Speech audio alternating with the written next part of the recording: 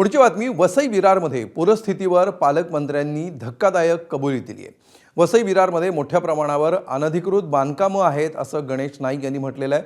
अनधिकृत बांधकामं नष्ट करायची तर युद्धजन्य स्थिती निर्माण होईल। धारावी झोपडपट्टीपेक्षाही वसईमध्ये सर्वात वाईट परिस्थिती असल्याचं गणेश नाईक यांनी म्हटलं आहे।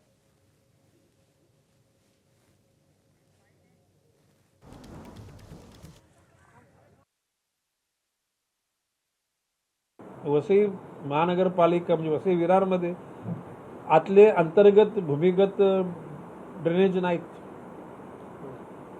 त्या ठिकाणी इतक्या मोठ्या प्रमाणामध्ये अनधिकृत बांधकामं झालेली आहेत तर ही बांधकामं अनधिकृत जर करायची नाहीशी करायची म्हटली तर युद्धजन्य परिस्थिती निर्माण होईल। ही बघितलेली परिस्थिती धारावीची झोपडपट्टीपेक्षा वर्स्ट इत्यादी परिस्थिती आहे आणि ही परिस्थिती दूर करण्याची शासनाची निश्चित इच्छा आहे। माननीय मुख्यमंत्री देवेंद्र फडणवीस यांच्या मनामध्ये माननीय मोदीजींनी प्रत्येकाला घर मिळावं ही संकल्पना मांडलेली आहे, ती पूर्ण करण्यासाठी राज्य शासन बांधील आहे।